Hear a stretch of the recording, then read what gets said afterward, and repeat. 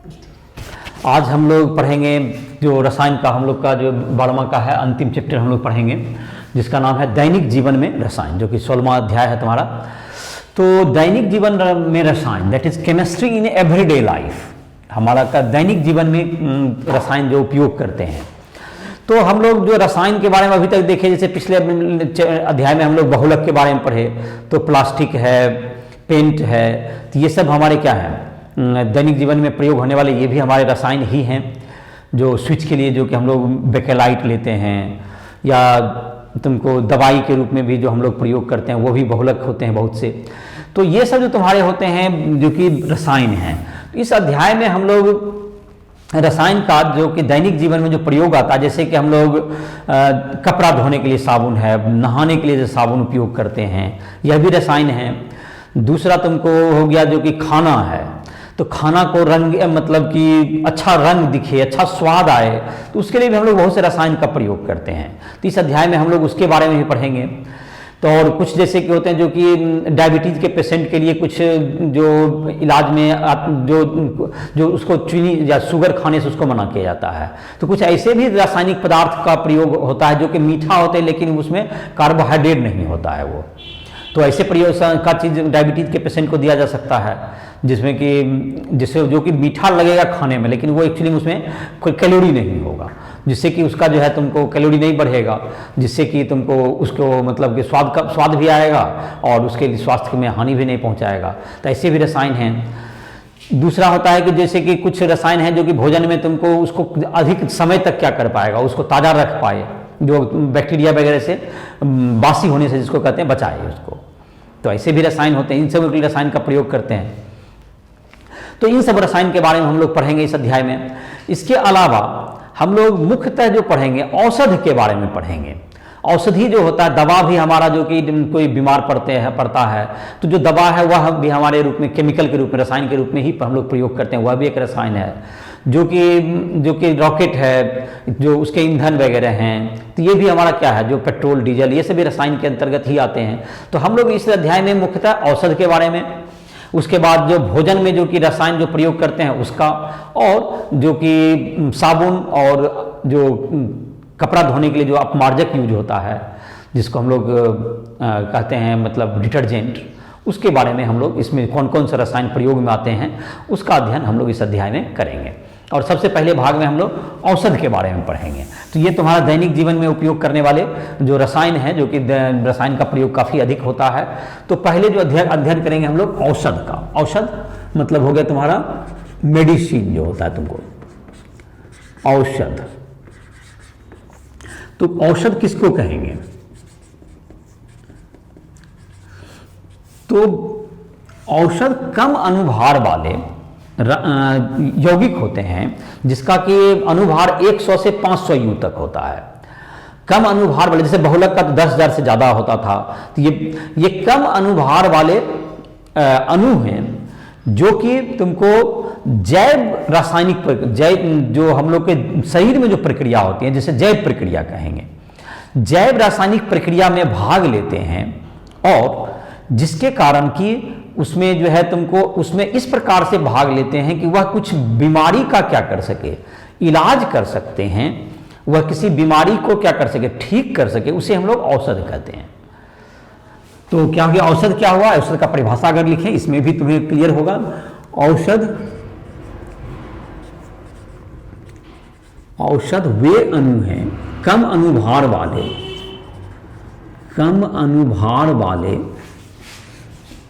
अणु होते हैं जो जैव रासायनिक प्रतिक्रियाओं में,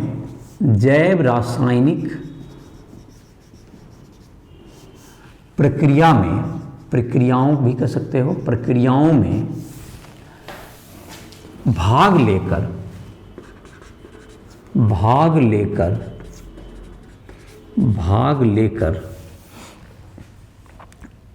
कुछ बीमारी का इलाज कर सके औषध कहलाते हैं। कर सके औषध कहलाते हैं, औषध कहलाते हैं। रसायन के द्वारा चिकित्सा की पद्धति कीमोथेरेपी, मतलब कि कीमोथेरेपी कहलाती है, जिसको इंग्लिश में कर सकते हैं, इंग्लिश में लिखते हैं कीमो, CHEMIOTHERAPY, कीमोथेरेपी नाम सुना होगा, कहते हैं। इसका जो है रसायन चिकित्सा, इसको हिंदी में अगर एग्जैक्ट कहें तो ये रसायन के द्वारा चिकित्सा रासायनिक चिकित्सा कहलाती है। और ये मेडिसिन जो है औषध का वर्गीकरण जैसे करेंगे, ये कीमोथेरेपी। तो क्या हुआ, औषध क्या हुआ, कम अनुभार वाले 100 से 500 यू वाले अनुभार वाले अणु होते हैं, जो जैव रासायनिक प्रक्रिया में भाग लेकर के कुछ जो शरीर में जो समस्या आ रही है किसी प्रक्रिया में, उसको ठीक करने में मदद करता है, उसे हम लोग औषध कहेंगे। औषध का जहां तक कि वर्गीकरण है, औषध का वर्गीकरण हम लोग 4 रूप में क्या कर सकते हैं। औषध का वर्गीकरण,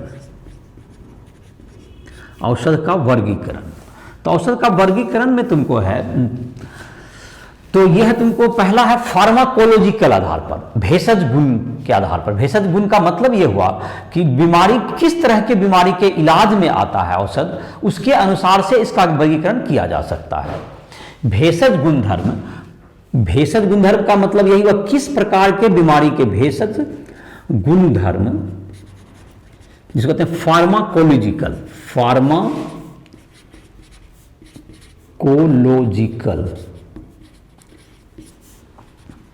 के आधार पर दवा को, औषध को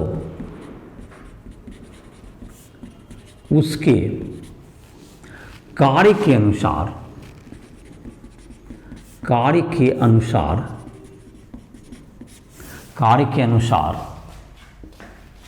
वर्गीकृत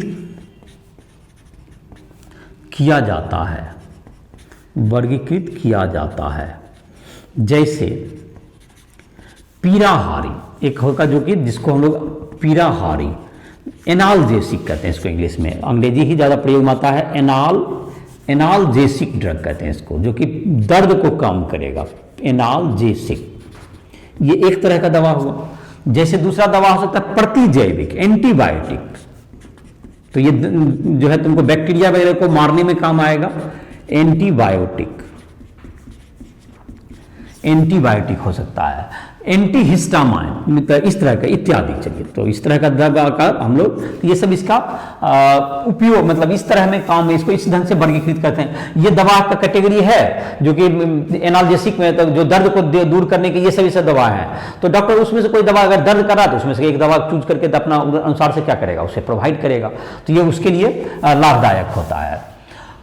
दूसरा है तुमको जैव किस प्रक्रिया में, कहां से, किस प्रक्रिया के आधार पर, जैव रासायनिक प्रक्रिया के आधार पर, जैव रासायनिक प्रक्रिया के आधार पर, जैव रासायनिक प्रक्रिया जिसमें औषध भाग लेते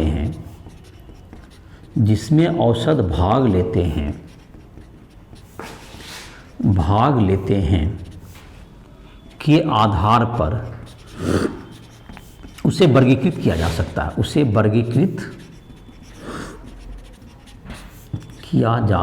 है, वर्गीकृत किया जा सकता है।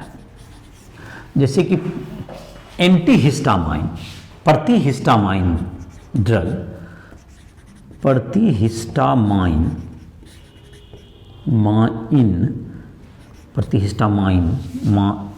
ड्रग हिस्टामिन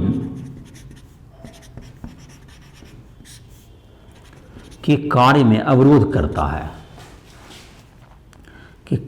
अवरोध उत्पन्न करता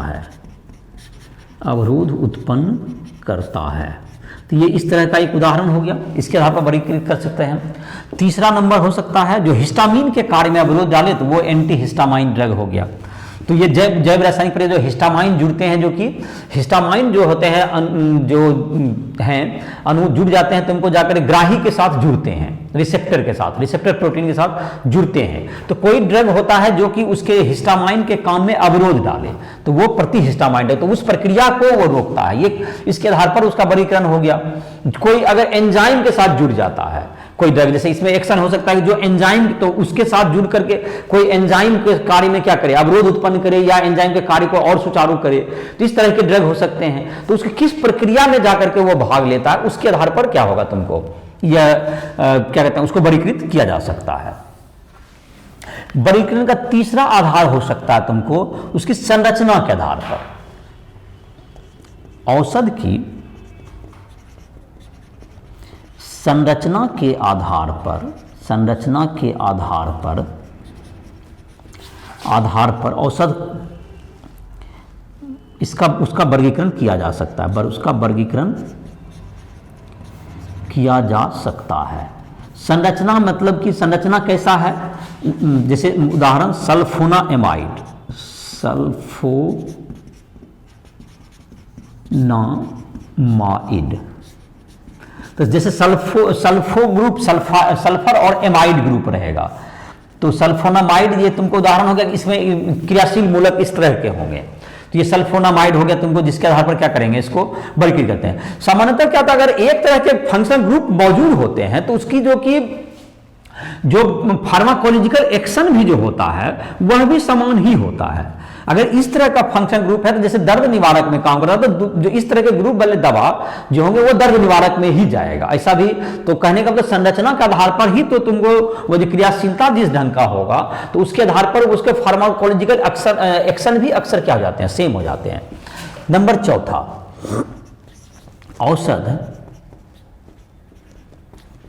औषध तुमको एंजाइम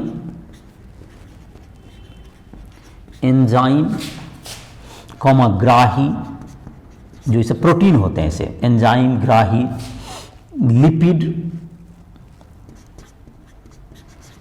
लिपिड कार्बोहाइड्रेट,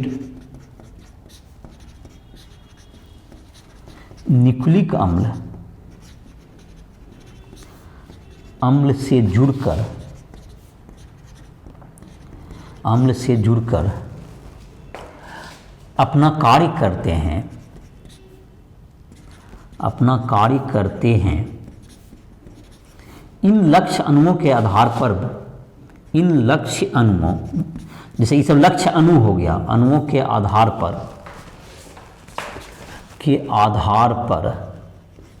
औषध का वर्गीकरण किया जा सकता है,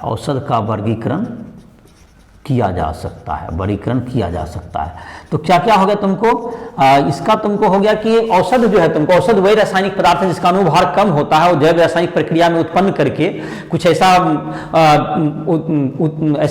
क्या कहते हैं प्रोडक्ट देता है, ऐसा एक निष्कर्ष उत्पन्न होता है जो कि बीमारी के इलाज में काम आए, तो दैट इज औषध कहलाएंगे। और यह जो तुमको औषध होगा, यह तुमको औषध के मतलब कि इस तरह की चिकित्सा को हम लोग कीमोथेरेपी कहेंगे, रासायनिक चिकित्सा।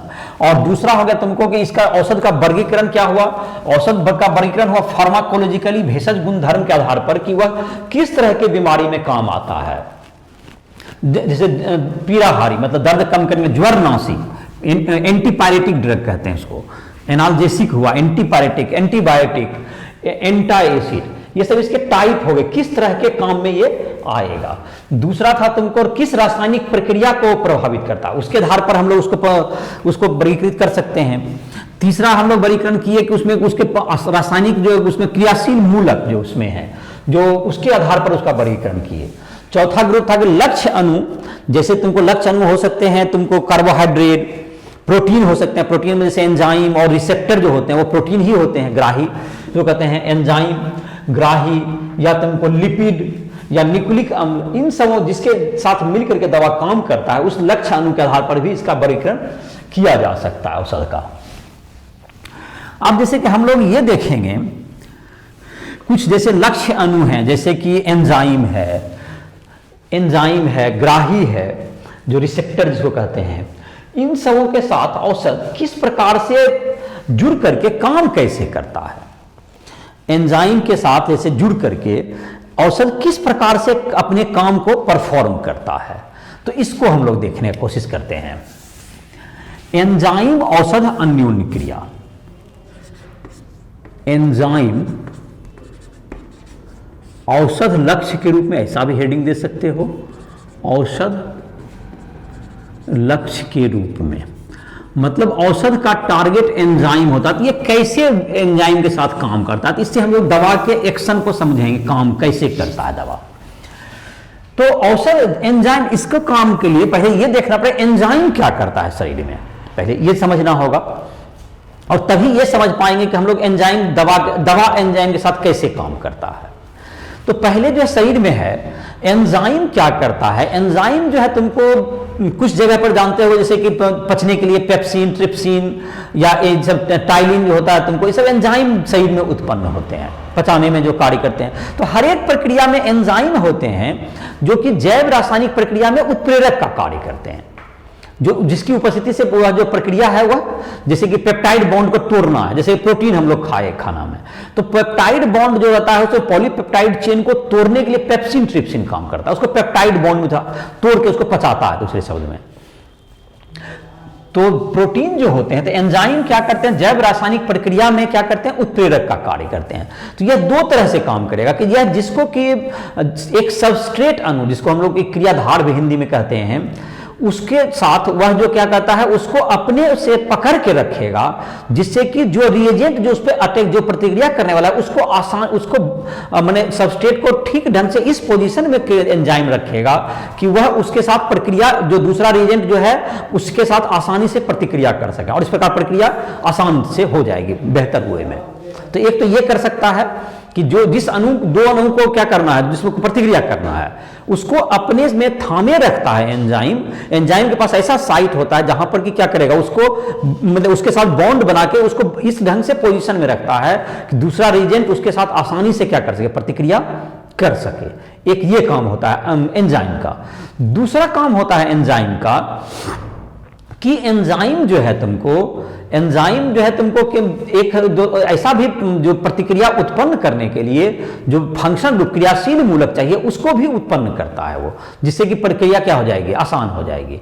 तो प्रतिक्रिया में दो तरह का मदद करता है, एक तो क्रियाधार जो अणु है उसको अपने में थामे रखता है, या दूसरा काम करता है क्रियाधार जो सबस्ट्रेट मॉलिक्यूल है उसमें जुड़ करके जो दूसरे जो अणु हैं उसमें जिससे कि उस क्रियाशील मूलक प्रदान किया, जिससे कि दूसरे अणु उस पर प्रतिक्रिया कर सके। तो एक प्रकार से दो प्रकार के एंजाइम के कार्य होते हैं। एंजाइम के दो कार्य को मैं इसको लिखता हूं, उसमें भी कुछ समझ में आएगा। एंजाइम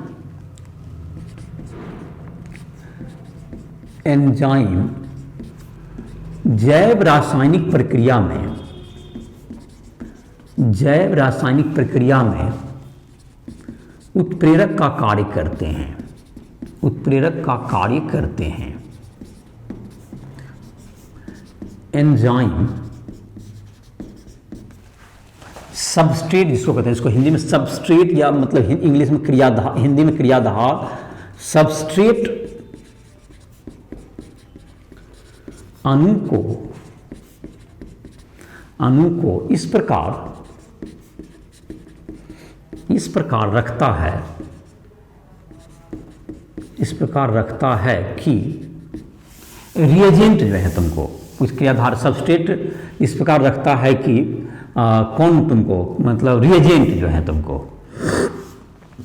रखता है कि सबस्ट्रेट अणु को इस प्रकार रखता है कि वो जो प्रतिकारक है तुमको, जो जिसको कह सकते हैं रिएजेंट जो होते हैं, रिएजेंट ही लिख देते हैं इंग्लिश में। दूसरा जो प्रतिक्रिया जिसको करना है, रिएजेंट सबस्ट्रेट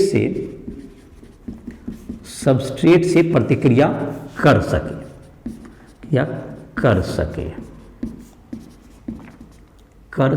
इसके अलावा एंजाइम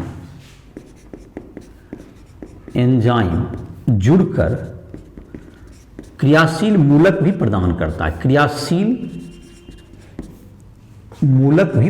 करता है, मूलक भी प्रदान करता है। मैंने जहाँ से ऐसा भी होगा कि सबस्ट्रेट में जुड़ करके उसमें ऐसा साइट प्रदान कराया जिससे कि रिएजेंट उस पर अटैक कर सके, या तो उसको थामे रहेगा जिससे कि वो अटैक कर दे, या उसमें जुड़ जाएगा और जिससे कि क्या कर दूसरा जो रिएजेंट है वह अब उसमें क्रियाशील मूलक आ गया जिससे कि उस पर अटैक कर सके। तो अब बात रहा कि ये तो एंजाइम का कार्य हुआ। अब दवा का क्या काम है यहां पर? अब एंजाइम का अगर यहां पर इसके काम में क्या करेगा, एंजाइम का क्या करेगा, दवा क्या करता है? देखो एक दो तरह के दवा, दो तरह से दवा इसको काम में ला सकता है एंजाइम के काम में। एक काम में क्या करता है एंजाइम के, एंजाइम जबकि तुमको जाता है सबस्ट्रेट से जुड़ने के लिए जाता है, तो इस प्रक्रिया में क्या होगा, एंजाइम को क्या करता है, वह दवा जो है सबस्ट्रेट से जुड़ने में एंजाइम के साथ प्रतिस्पर्धा करता है। इसका मतलब यह हुआ कि सबस्ट्रेट के साथ जुड़ना है एंजाइम को, नॉर्मल प्रक्रिया यह है। दवा क्या करेगा, उससे पहले जाकर के सबस्ट्रेट मॉलिक्यूल से जुड़ जाएगा।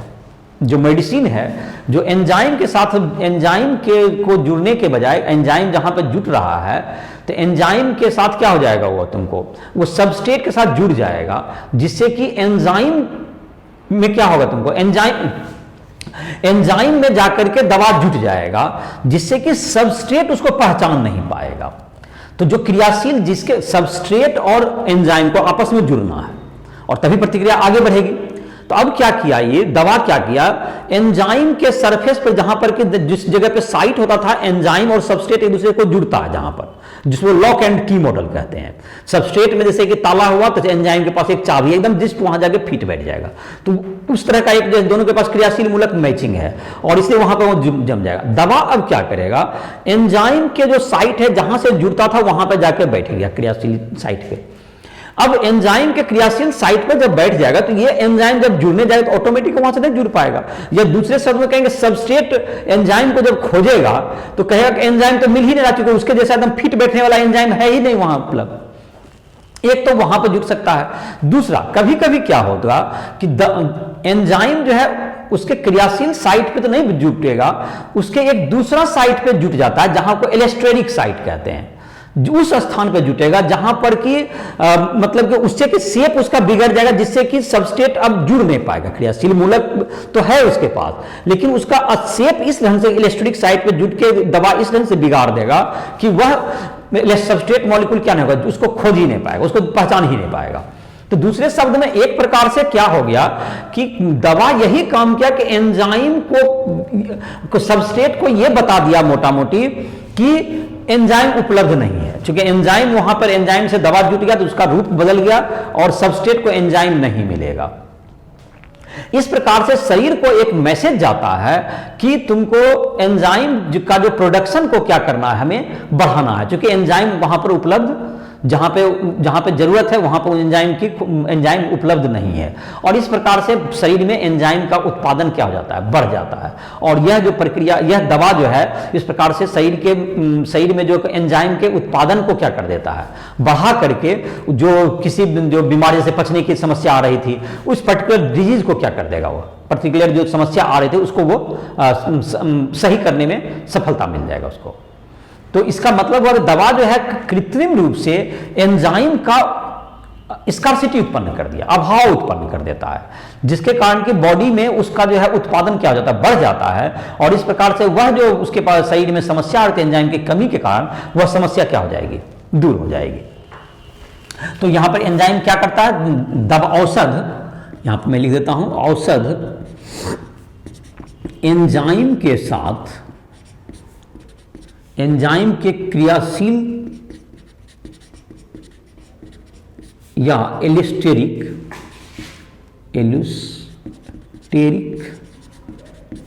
स्थान पर जुड़कर एंजाइम को इस प्रकार परिवर्तित कर देता है, इस प्रकार परिवर्तित कर देता है कि एंजाइम की क्रियाधार सबस्ट्रेट एंजाइम को पहचान नहीं पाता है, एंजाइम को पहचान नहीं पाता है, नहीं पाता है, जिससे शरीर में अधिक एंजाइम का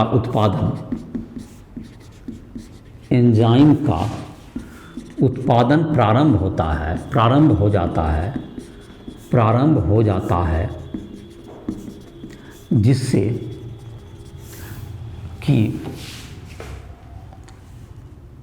कि रासायनिक प्रक्रिया, जैव रासायनिक प्रक्रिया सुचारुपूर्वक संपन्न होने लगती है, सुचारुपूर्वक संपन्न होती है। तो ये तुम्हारा हो गया जैव औषध लक्ष्य के रूप में किस ढंग से एंजाइम को मदद किया। दूसरे शब्द में था एक ग्राही के तहत तुम्हारा ग्राही औषध अन्योन्य क्रिया, ग्राही औषध लक्ष्य के रूप में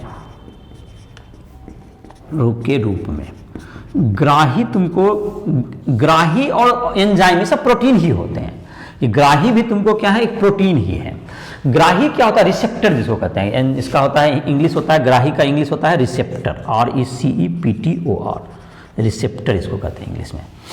तो ग्राही तुमको क्या होते हैं, ये मैसेज को एक स्थान से दूसरे स्थान तक देने वाले जो पार्ट होते हैं शरीर के।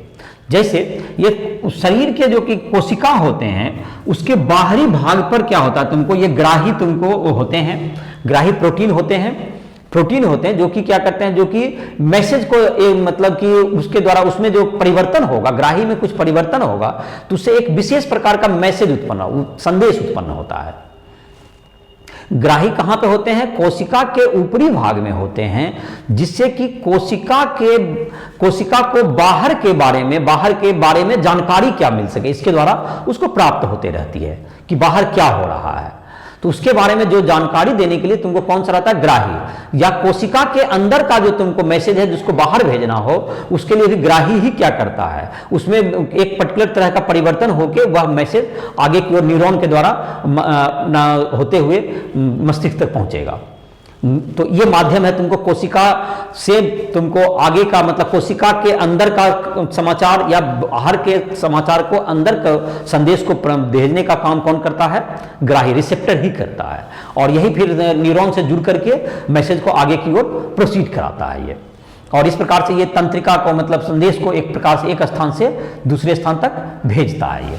और ये किस प्रकार चेंज होता है, तो ग्राही जो होता है उसमें जबकि कुछ एक विशेष प्रकार का परिवर्तन हो जाएगा तो उससे एक विशेष प्रकार का मतलब मैसेज उत्पन्न होगा, संदेश। तो जो संदेश जैसे किसी बाहर से न्यूरॉन आकर के अगर ग्राही को कोशिका को अंदर कुछ मैसेज देना चाहता है तो उसमें जो है वहां जुड़ जाएगा, तो वो मैसेज क्या करेगा, उसमें एक परिवर्तन हो जाएगा तो कोशिका को एक पर्टिकुलर प्रकार का संदेश मिल जाएगा, को ऐसा है। या तुमको कोशिका के अंदर का कोई संदेश को बाहर भेजना है तो उसमें ग्राही में परिवर्तन हो जाएगा, उससे न्यूरॉन को मैसेज मिल गया कि इस तरह का संदेश क्या है, यहां पर का ये समाचार है। तो इस तरह से तुमको एक न्यूरॉन मतलब तुम्हारे शरीर में तंत्र के द्वारा मैसेज आगे पीछे करने में ग्राही का योगदान होता है। तो ये ग्राही का तो ये कार्य हो गया। जैसे एंजाइम का कार्य था उसको रखे रहना जिससे प्रतिक्रिया कर सके, तो ग्राही का क्या कार्य हुआ इसको पहले लिख लेते हैं, फिर इसको अब दवा क्या करेगा उसके बारे में देखते हैं। ग्राही प्रोटीन होते हैं, ग्राही प्रोटीन हैं जो कोशिका के बाहरी भाग में उपस्थित रहते हैं, जिसमें हुए परिवर्तन के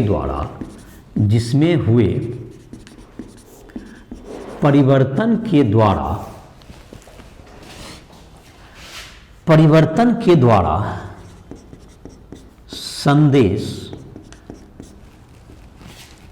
संदेश एक से दूसरे स्थान तक संदेश को न्यूरॉन की मदद से आगे पहुंचाया जाता है, तो संदेश को आगे पहुंचाने का काम कौन करता है तुमको, ये न्यूरॉन की मदद से इसको करता है। तुमको ये न्यूरॉन की मदद से इसको करेगा। तो ये तुम्हारा हो गया। तो ये संदेश को एक स्थान से दूसरे स्थान तक भेजने में कार्य करता है। अब ये औषध क्या करेगा, तो ग्राही तो औषध यहाँ पर क्या है, तो औषध को अगर कोई जैसे कि दो तरह का काम कर सकता है। अगर कोई कोशिका के पास कोई समस्या है तो उसके वो ग्राही से मैसेज वहां भेजेगा, लेकिन अगर यह तुमको दो तरह से अब कार्य करता है ग्रह, एक तो किसी मैसेज को वह जब ब्लॉक कर सकता है, दवा अगर ग्राही के साथ जुड़ जाएगा जाकर के, तो एक विशेष प्रकार के मैसेज को रूप को उसका जो केमिकल जुट करके उसका मैसेज बनाता था, तो वहां पर जुट जाएगा तो उस तरह का मैसेज क्रिएट नहीं हो पाएगा। तो इसको हम लोग कहते हैं एंटीगोनिस्ट का काम किया। और दूसरा हो सकता है कि कोई मैसेज अभी बनाना नहीं था, लेकिन दवा वहां जाकर के एक विशेष प्रकार का मैसेज उत्पन्न कर दिया, उस केमिकल की नकल करके वहां जुट करके ग्राही में परिवर्तन कर दिया, जिससे एक विशेष प्रकार का मैसेज क्रिएट हो गया। तो ये तुमको एगोनिस्ट कहलाएगा। तो ये दो तरह का काम करता है, या तो जहां पे मैसेज अगर कुछ उत्पन्न हो रहा है तो उसको ब्लॉक कर देगा, अवरोध उत्पन्न कर देना, या एक मैसेज अभी नहीं बनना है उस मैसेज को क्रिएट कर देना। तो ये दवा दो तरह का काम करता है। इससे क्या होता है, एक विशेष प्रकार के मैसेज, जैसे दर्द हो रहा है कहीं पर, तो उसके मैसेज को ब्लॉक कर सकते हैं आप।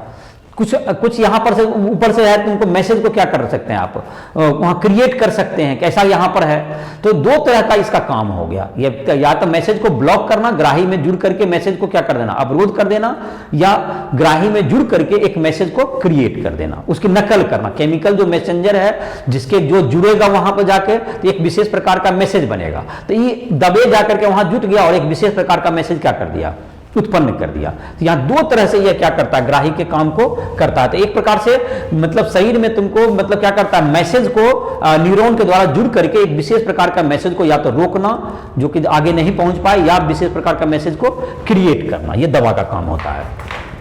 तो औषध ग्राही के साथ जुड़कर संदेश में अवरोध उत्पन्न करता है जिसे एंटीगोनिस्ट कहते हैं। इस तरह का जो तुमको दवा हुआ एंटीगोनिस्ट होगा। जब औषध ग्राही से जुड़कर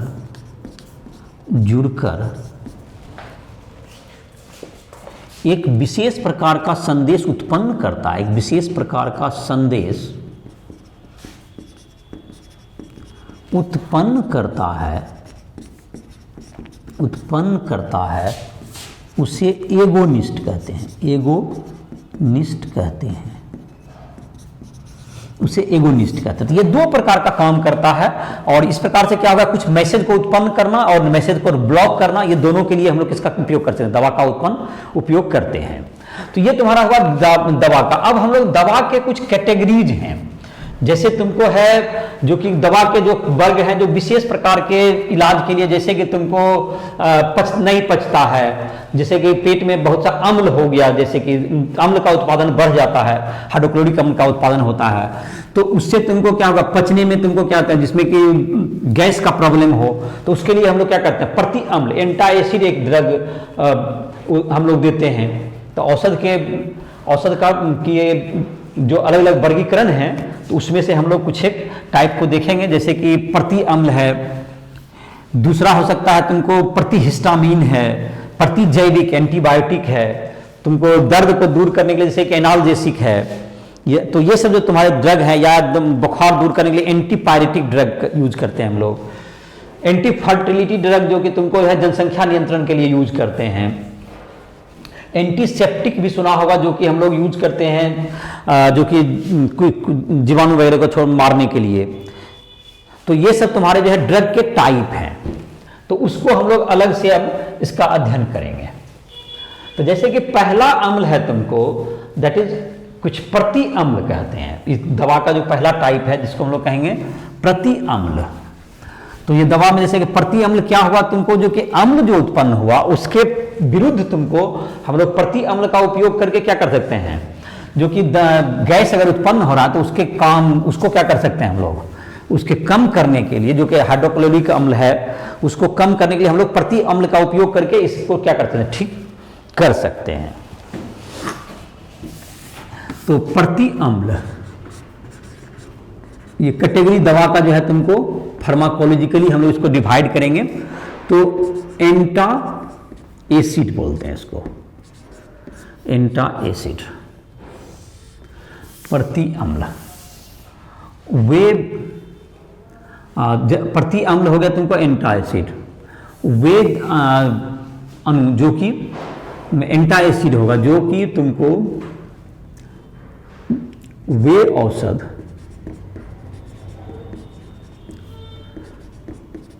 जो शरीर में उत्पन्न, शरीर का मतलब जैसे पेट में आमाशय वगैरह में जो शरीर में उत्पन्न अम्ल को कम कर सके, प्रति अम्ल औषध कहलाते हैं। एंटा एसिड कहलाएगा, ये कहलाते हैं एंटा एसिड मेडिसिन। अम्ल है तो इसमें जैसे कि उदाहरण के लिए कौन कौन हो सकता है, इसका जो एसिड हो सकता है NaHCO3, जैसे कि क्षार हो गया NaHCO3, क्या कर सकता है, अम्ल है तो ये तुमको ये क्षार है, मैंने तो इसका प्रयोग हम लोग क्या कर सकते हैं, प्रति अम्ल के रूप में करने पर, प्रति अम्ल के रूप में करने पर अम्ल, यह अम्ल से क्या होगा तुम्हारा, प्रति अम्ल के रूप में करने पर अम्ल से यह प्रतिक्रिया कर, अम्ल से प्रतिक्रिया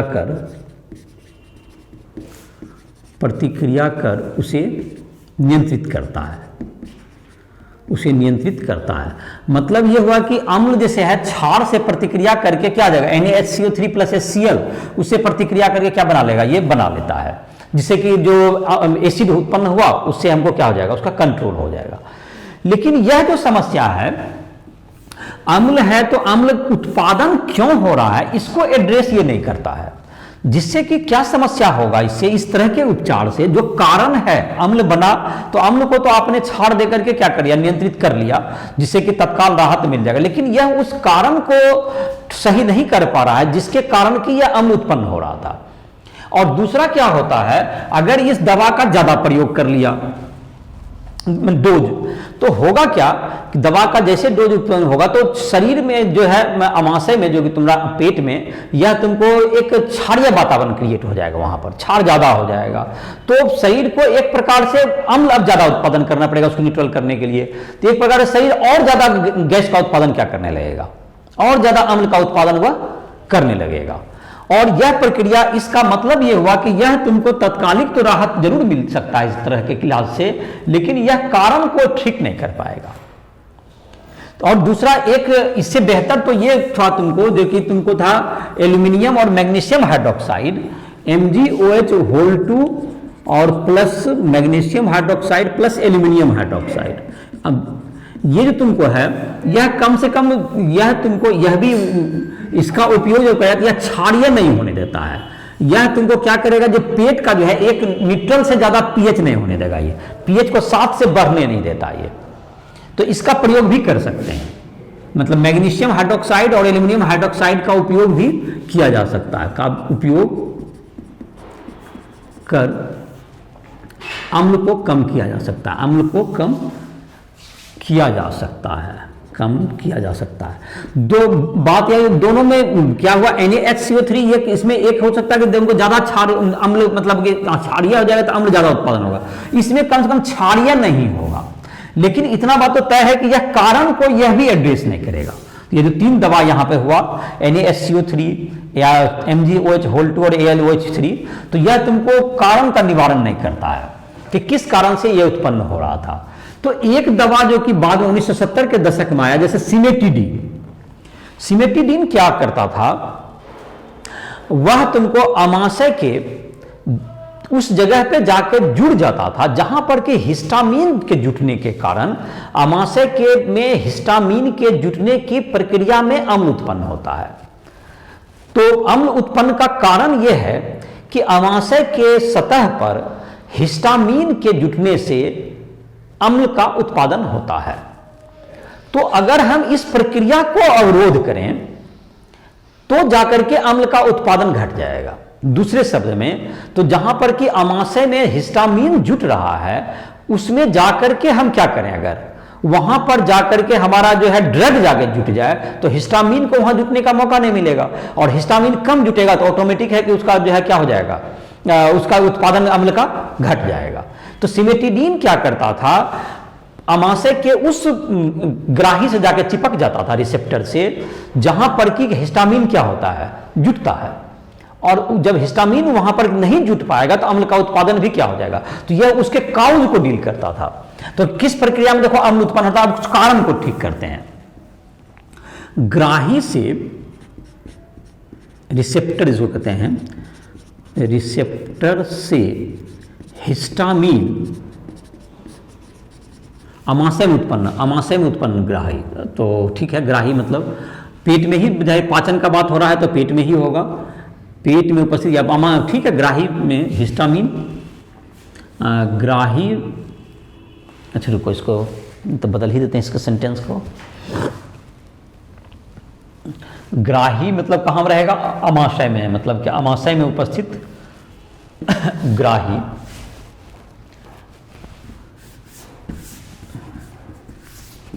अमाशय में उपस्थित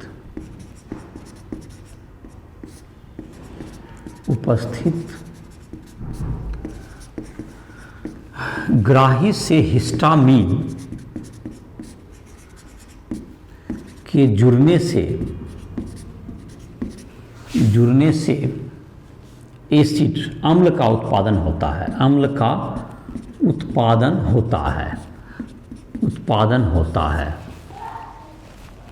सिमेटिडीन ये दवा का नाम हुआ। एक सिमेटिडीन ग्राही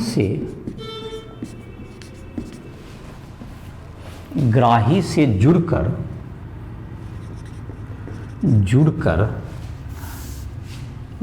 हिस्टामीन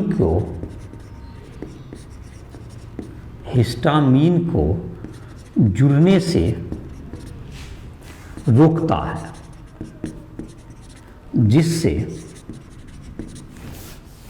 जिससे अम्ल का उत्पादन घट जाता है। जाहिर है कि उसका कारण था कि वही हिस्टामीन जुड़ता था जिससे अम्ल उत्पादन होता था, तो अम्ल का उत्पादन क्या हो गया, घट गया। तो ये तो हुआ तुमको सिमेटिडीन। और रेनिटिडीन इसी प्रकार का आगे का, रेनिटिडीन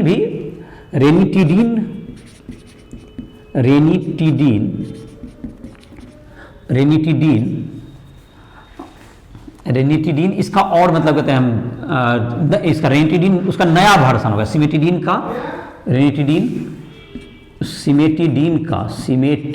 का रूपांतरित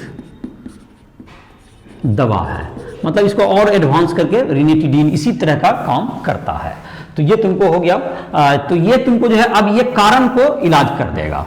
तो ये तुमको दो तरह का दवा हो गया। तो जो शुरुआत वाला दवा था वो कारण को इलाज करता था, मतलब जो उसका मतलब एसिड उत्पन्न हो रहा है तो उसको क्षार से आपने ठीक कर दिया, NaCO3 या मतलब उसके द्वारा। लेकिन उसके कारण को इलाज करना था कि हिस्टामीन के काम में यह अवरोध डाल के उसके कारण अम्ल के उत्पादन को ही क्या करता है, ये कम करता है, सिमेटिडीन और रेनिटिडीन। तो इस प्रकार से ये प्रति अम्ल का कार्य किया।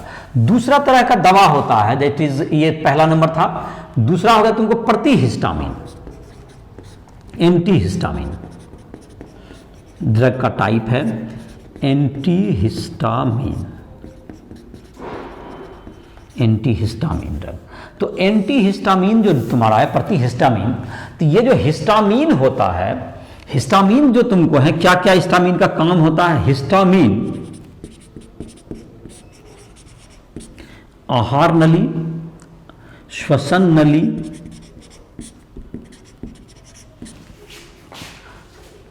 एवं आहार नली को संकुचित तथा रक्त वाहिका की दीवार को, रक्त वाहिका की दीवार को नरम करता है। ये इसका काम हो गया हिस्टामिन का, नरम करता है, नरम करता है। जैसे कि सर्दी में तुमको जब जुकाम होगा तो हिस्टामिन जुट करके क्या करता है, उसका क्या करता है, एक अवरोध उत्पन्न करता है। हिस्टामिन तुमको जुट करके क्या करता है, उसको सर्दी या जुकाम में, सर्दी या जुकाम में,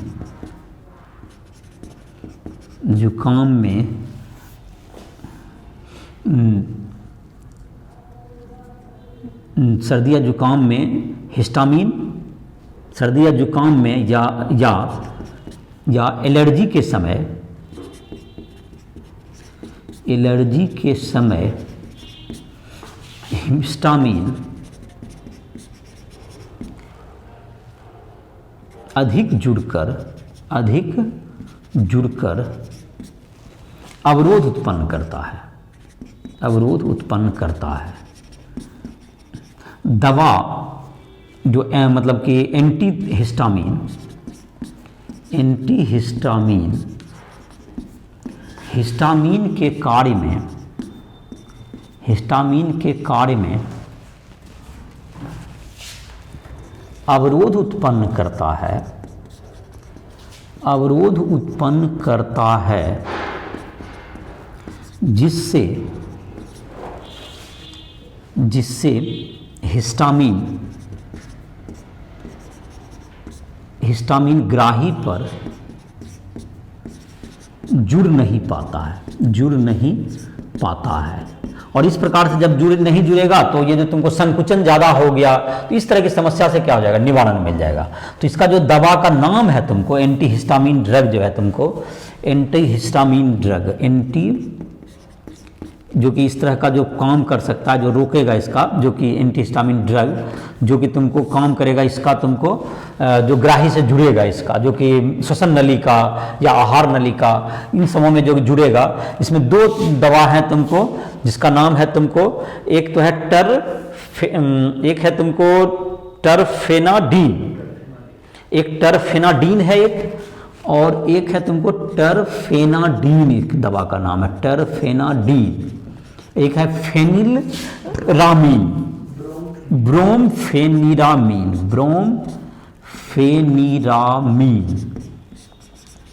ये तुमको दो ड्रग हैं जो कि इसमें काम आता है, ब्रोमफेनिरामीन और टरफेनाडीन।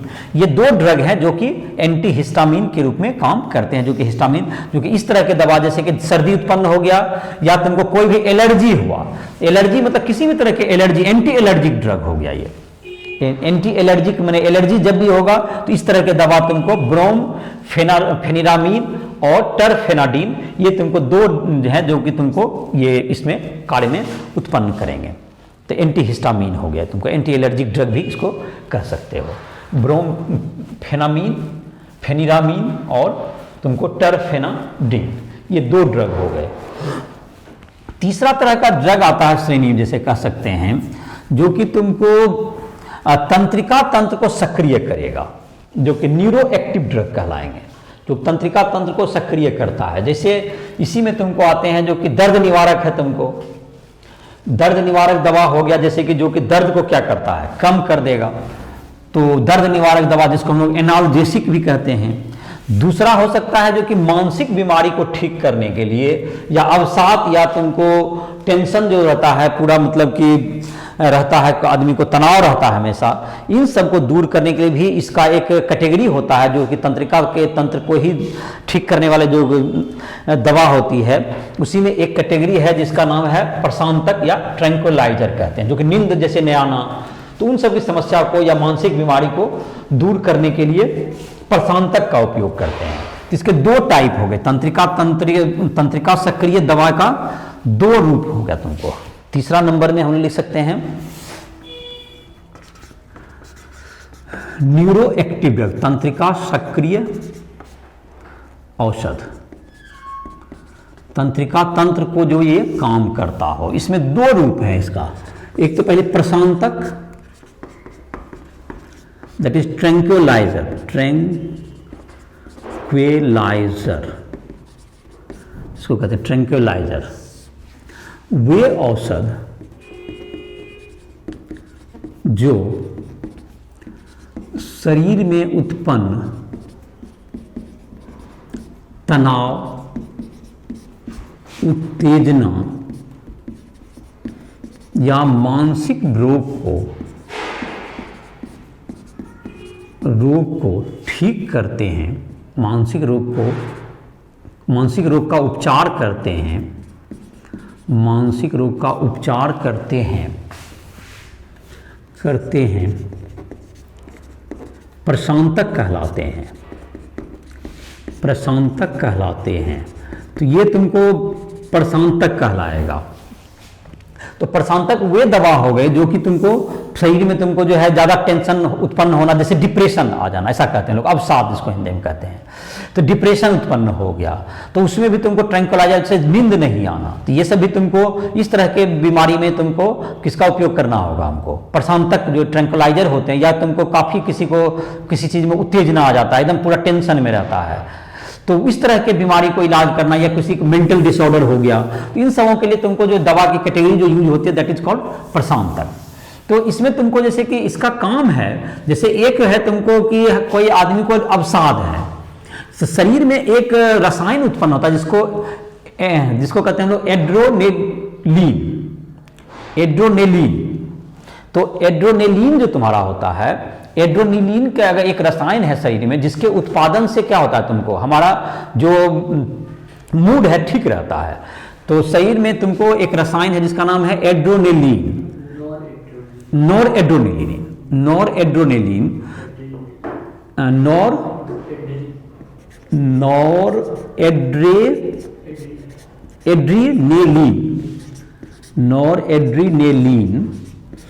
नॉरएड्रेनालिन एक रसायन है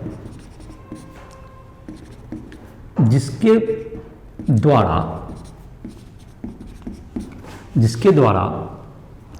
अवसाद दूर होता है, जिसके द्वारा क्या कहते हैं, मूड ठीक रहता है, जिसको मूड कहते हैं हम लोग सामान्य भाषा में, ठीक रहता है। अवसाद के समय कोई भी अगर तुमको बीमारी हुआ या किसी के समय, अवसाद के समय शरीर में एक एंजाइम उत्पन्न होता है,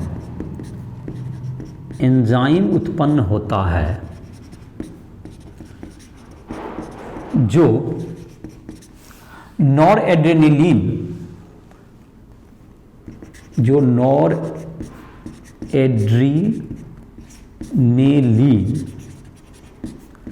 का उत्पादन संदमित करता है, घटाता है, संदमित करता है, जिससे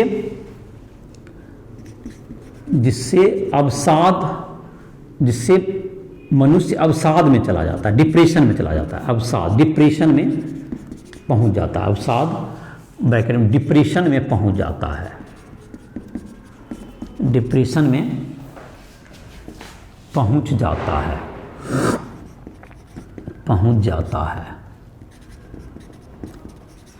इसके लिए एंटी डिप्रेसेंट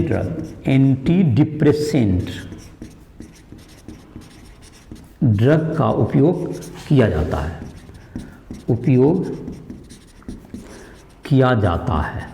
तो एंटी डिप्रेसेंट ड्रग है, जैसे कि ये नाम है इसका, एंटी डिप्रेसेंट ड्रग का नाम है तुम्हारा क्या नाम है तुम्हारा दिया हुआ, एंटी डिप्रेसेंट जो तुम्हारा है, गैर अवसाद को दूर करने के लिए दो दवा का नाम दिया हुआ है, इम्प्रोनाइजिड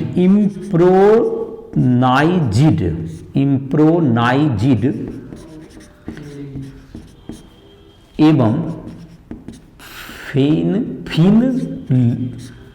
फिनलिज्म। तुमको एंटी डिप्रेसेंट ड्रग है ये, एंटी डिप्रेसेंट, अवसाद दूर करने का दवा, अवसाद दूर करने की दवा ये है, औषध। तो ये तुम्हारा हो गया कौन कौन, इप्रोमाइजिड, इप्रोनाइजिड, और तुम्हारा दूसरा ड्रग हो गया तुम्हारा फिनलिज्म, फिनलिज्म। ये तुमको दो ड्रग है जो कि इसको दूर करता है। और कम अगर माइल्ड रहा अवसाद कम है तो उसके लिए तुमको यूज करते हैं हम लोग, जैसे कि तुमको बारब्यूट्रिक एसिड के अम्ल जो है तुमको वह भी यूज करते हैं। बारब्यूट्रिक अम्ल, बारब्यूटिरिक अम्ल एवं उसके व्युत्पन्न, उसका नाम है तुमको कौन कौन है दिया हुआ, सेनिटोल, एविटल, एक बेरोनल, बेरोनल हो गया, दूसरा हो गया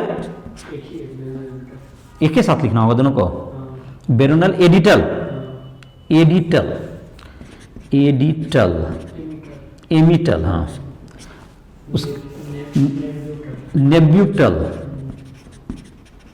इत्यादि, हाँ इत्यादि। चलो तो ये सब तुम्हारे हैं जो कि किसमें तुमको कम आता है, कम मतलब कम अवसाद में ही काम आएंगे, कम अवसाद में ये काम आएंगे।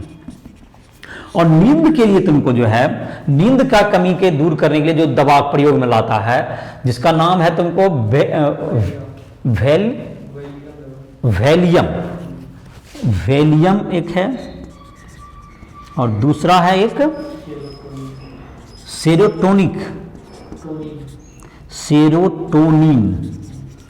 ये तुमको है नींद आने की दवा, नींद आने की दवा। तो ये तुमको, ये तुम्हारा जो है ये तुमको दवा जो है तुमको इसके लिए प्रयोग किया जाता है, जो प्रशांतक हो गया। दूसरा है तुमको दर्द निवारक, इसी में तुमको आता है दूसरा कैटेगरी है पीड़ाहारी या दर्द निवारक। तो दूसरा जो तुम्हारा कैटेगरी आएगा इसमें तंत्रिका सक्रिय में जो पहला था ए नंबर, अब बी नंबर में आ जाएगा तुमको दर्द निवारक।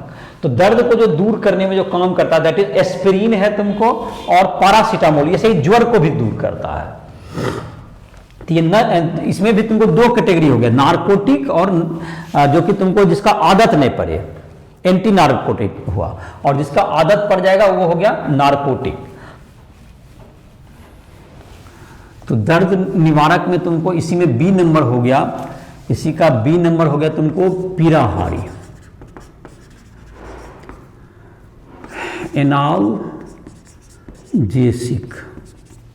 इसमें तुमको एनाल्जेसिक में तुमको हो गया, इसमें जो दवा होगा एनाल्जेसिक, जो औषध जो दर्द को दूर करे, औषध जो दर्द को दूर करने में मदद करे, दर्द को दूर करने में मदद करता है, मदद करता है। तो इसमें भी दो कैटेगरी है, जैसे कि एंटी नार्कोटिक, कौन नंबर लिख सकते हो, एंटी नार्कोटिक, जिसका आदत नहीं पड़ेगा, नार्कोटिक। जैसे दर्द जैसे दूर करने के लिए क्या होता है, जैसे देखते हो अफीम है, भांग है, गांजा है, ये सब भी पीता है तो उससे भी दर्द कम होता है, तो वो सब नार्कोटिक हो गया।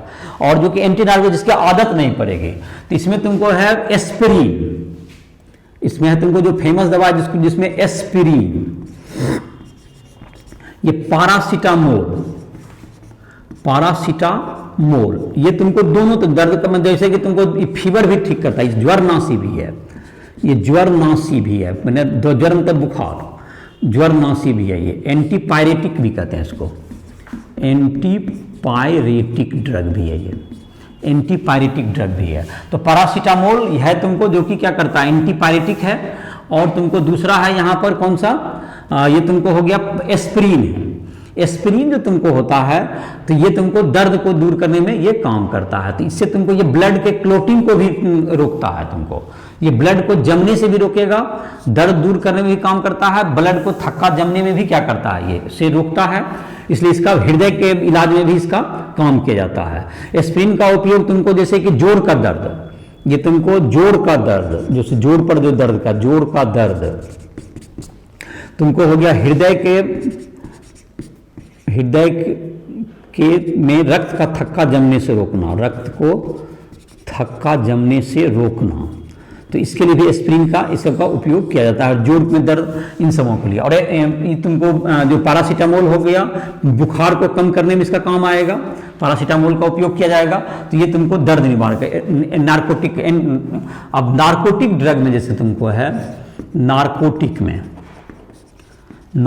जैसे कि तुमको मॉर्फिन जो कि अफीम से बनता है, जो कि अफीम का जो पौधा होता है मॉर्फिन, तो ये सब तुमको क्या हो गया, ये सब तुमको जिसमें इलाज हो गया जो कि अफीम में का है, तो ये सबसे तुमको क्या हो गया, ये तुमको नार्कोटिक ड्रग है जिससे कि तुमको इसकी आदत पड़ने की संभावना होती है। तो इसका इलाज जो है बहुत तेज दर्द में किया जाता है, इसका बहुत तेज दर्द में इसका इलाज किया जाता है, बहुत ही तेज दर्द में इसका उपयोग किया जाता है। तो ये जो तुम्हारा है तो ये जो तुम्हारा हो गया, ये तुम्हारा इलाज के लिए इसका जो कि अब हम लोग जो कुछ जो और बच गए जैसे कि एंटीबायोटिक, एंटीसेप्टिक और एंटी फर्टिलिटी ड्रग, इसका हम लोग नेक्स्ट लेक्चर में देखेंगे। तो ड्रग के बारे में आज जो तुम्हारा था इतना तुमको जानकारी मिला, और कौन कौन जो ड्रग के नाम है उसको याद रखना है, जिसका कि ऑब्जेक्टिव वगैरह भी पूछेगा तो उसको तुमको उसमें चुनना पड़ेगा। तो इसी साथ इस लेक्चर को समाप्त करना है।